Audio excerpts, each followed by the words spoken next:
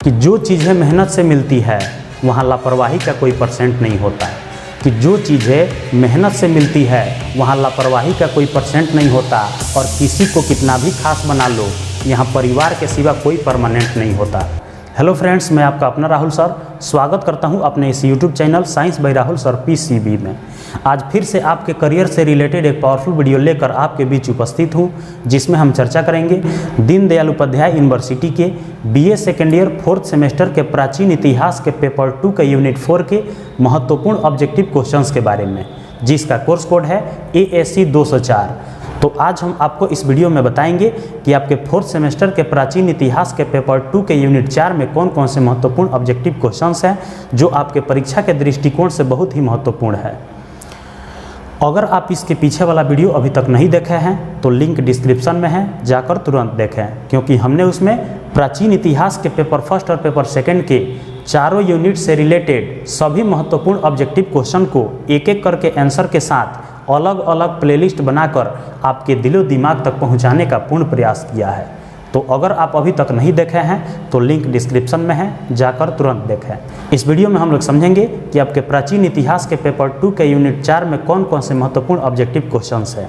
उम्मीद है कि आपको इस वीडियो के माध्यम से कुछ दिनों पश्चात होने वाले 4th सेमेस्टर के एग्जाम में काफ़ी सहूलियत मिलेगी।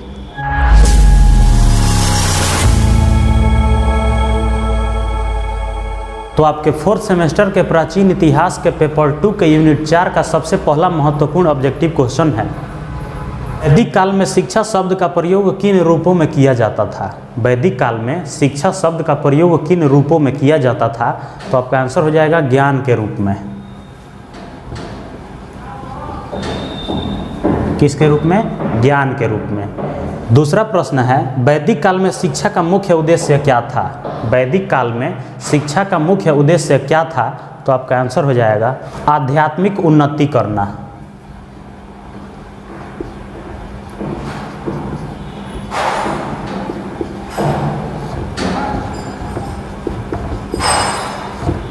आंसर क्या हो जाएगा? आध्यात्मिक उन्नति करना। तीसरा प्रश्न है, वैदिक काल में शिक्षा का प्रमुख केंद्र कौन सा था। वैदिक काल में शिक्षा का प्रमुख केंद्र कौन सा था। तो आपका आंसर हो जाएगा तक्षशिला।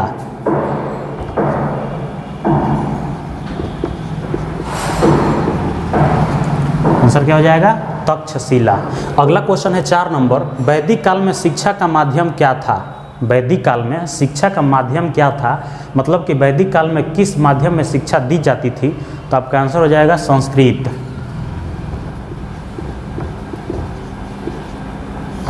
शिक्षा का माध्यम क्या था उस समय? संस्कृत। अगला क्वेश्चन है 5 नंबर, वेदों में सबसे पुराना वेद कौन सा है। चारों वेदों में सबसे पुराना वेद कौन सा है। तो आपका आंसर हो जाएगा ऋग्वेद।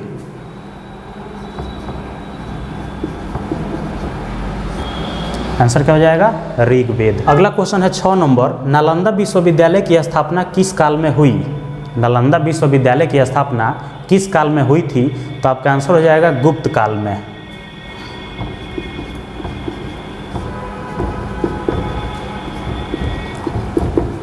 आंसर क्या हो जाएगा? गुप्त काल में।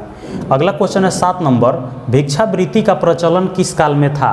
भिक्षावृत्ति का प्रचलन किस काल में था। तो आपका आंसर हो जाएगा वैदिक काल में।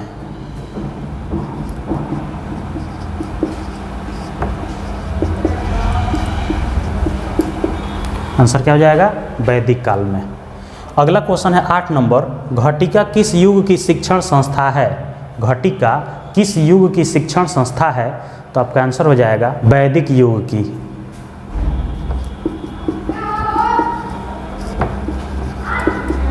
आंसर क्या हो जाएगा? वैदिक युग की। अगला क्वेश्चन है 9 नंबर, उत्तर वैदिक काल में तर्क विधि के कितने पद थे। उत्तर वैदिक काल में तर्क विधि के कितने पद थे। तो आपका आंसर हो जाएगा 5 पद थे।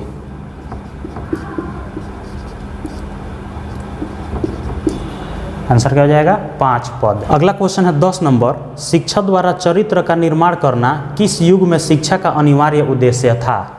शिक्षा का मेन उद्देश्य चरित्र का निर्माण करना, यह शिक्षा का मुख्य उद्देश्य किस काल में था, मतलब किस युग में था। तो आपका आंसर हो जाएगा वैदिक युग में।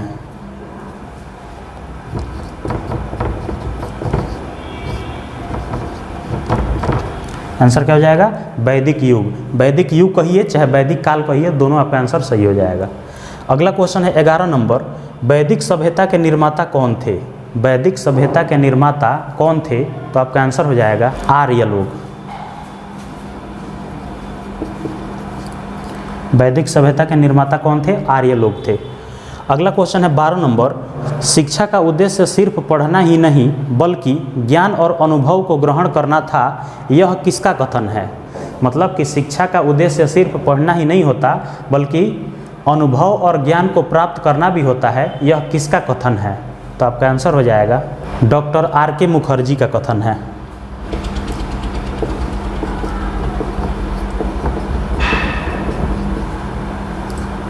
आंसर क्या हो जाएगा? Doctor R K. मुखर्जी।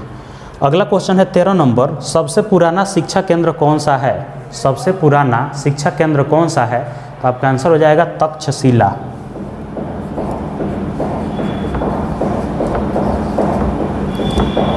आंसर क्या हो जाएगा? तक्षशिला कहिए या तक्षशिला विश्वविद्यालय कहिए, दोनों आपका आंसर सही हो जाएगा। अगला क्वेश्चन है 14 नंबर, नालंदा विश्वविद्यालय के संस्थापक कौन थे?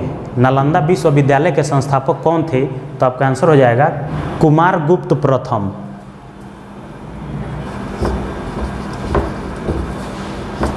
आंसर क्या हो जाएगा? कुमारगुप्त प्रथम। अगला क्वेश्चन है 15 नंबर, हिस्ट्री ऑफ धर्मशास्त्र के लेखक कौन है?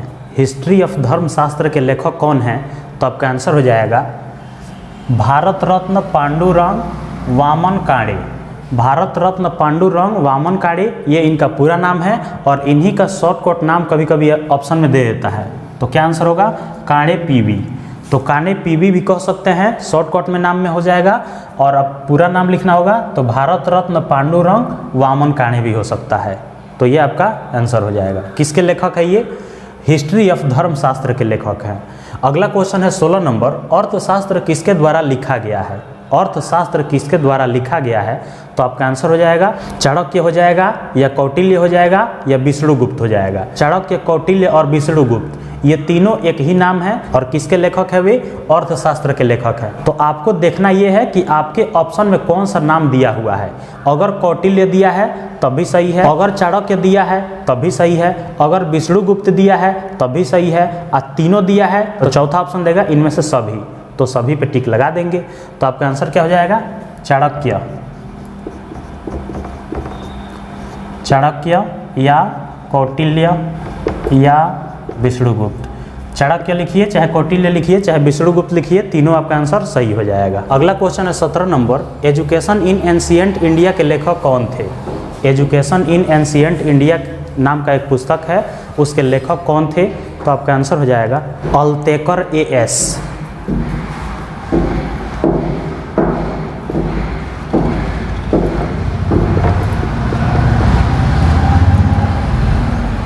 आंसर क्या हो जाएगा? अल्तेकर A.S. हैं। किसके लेखक? Education in ancient India. अगला क्वेश्चन है 18 नंबर, धनुर्विद्या के क्या अर्थ हैं? धनुर्विद्या के क्या अर्थ हैं? तो आपका आंसर हो जाएगा तीरंदाजी।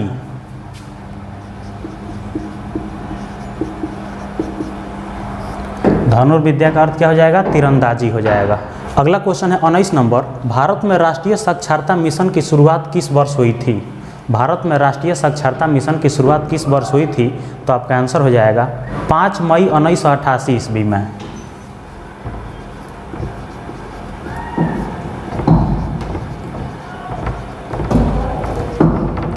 आंसर क्या हो जाएगा? 5 मई 1988 ईस्वी में। अगला क्वेश्चन है 20 नंबर, विश्व का पहला विश्वविद्यालय कौन सा है? विश्व का पहला विश्वविद्यालय कौन सा है? तो आपका आंसर हो जाएगा तक्षशिला विश्वविद्यालय।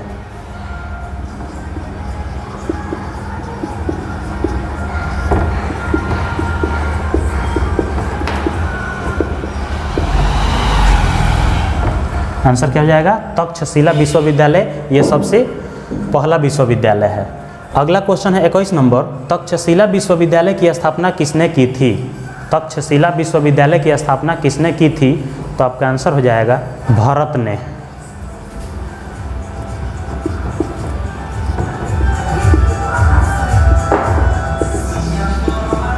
भरत के पुत्र थे तक्ष, उन्हीं के नाम पे तक्षशिला विश्वविद्यालय रखा गया है। अगला क्वेश्चन है 22 नंबर, प्रियदर्शिका के रचयिता कौन है? प्रियदर्शिका के रचयिता कौन है? तो आपका आंसर हो जाएगा हर्षवर्धन।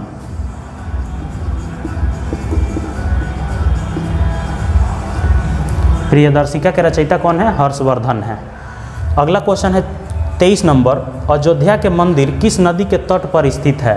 अयोध्या के मंदिर किस नदी के तट पर स्थित है? तो आपका आंसर हो जाएगा सरयू नदी।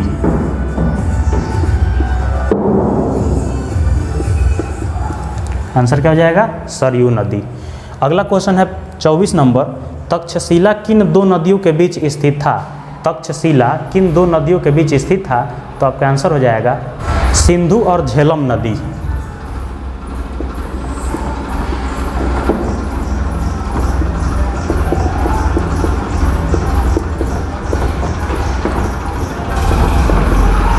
सिंधु और झेलम नदी के बीच में क्या स्थित था? तक्षशिला विश्वविद्यालय स्थित था। अगला क्वेश्चन है 25 नंबर, चीनी यात्री फाहियान किसके समय भारत आया था? चीनी यात्री फाहियान किसके समय भारत आया था? तो आपका आंसर हो जाएगा चंद्रगुप्त द्वितीय के समय।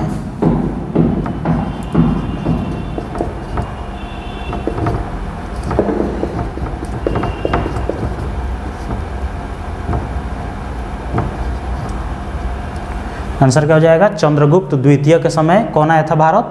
फाहियान आया था। चीन के यात्री थे फाहियान और वेन सांग का नाम आप लोग सुने होंगे, वे भारत शिक्षा अर्जित के लिए आए हुए थे। तो फाहियान किसके समय में आए थे?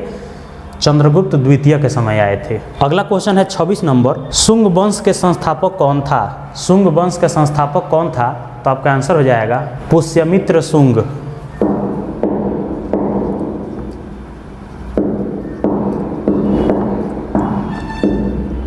आंसर क्या हो जाएगा? पुष्यमित्र शुंग हो जाएगा। किसके संस्थापक है वो?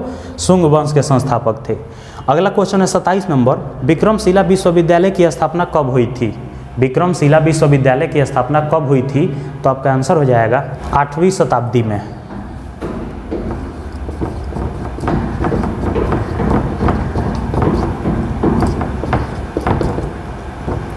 आंसर क्या हो जाएगा? 8वीं शताब्दी में किसकी स्थापना हुई थी?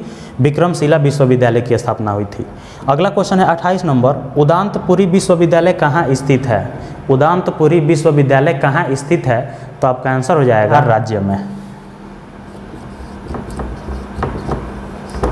आंसर क्या हो जाएगा? बिहार राज्य में। तो ये आपके प्राचीन इतिहास के पेपर 2 के यूनिट 4 के कुछ महत्वपूर्ण ऑब्जेक्टिव क्वेश्चंस और उसके आंसर्स थे। उम्मीद है कि आपको सभी प्रश्न और उसके उत्तर बढ़िया से समझ में आए होंगे और इस वीडियो के माध्यम से कुछ दिनों पश्चात होने वाले 4th सेमेस्टर के एग्ज़ाम में काफ़ी सहूलियत मिलेगी। अगर आपके मन में कोई डाउट है, कोई प्रश्न है, कोई कन्फ्यूजन है तो कमेंट सेक्शन में पूछ सकते हैं। आप इस तरह से और कौन से टॉपिक से रिलेटेड वीडियो देखना चाहते हैं कमेंट में बताना ना भूलें। लौटेंगे बहुत ही जल्द किसी नए टॉपिक के साथ, तब तक के लिए जय हिंद।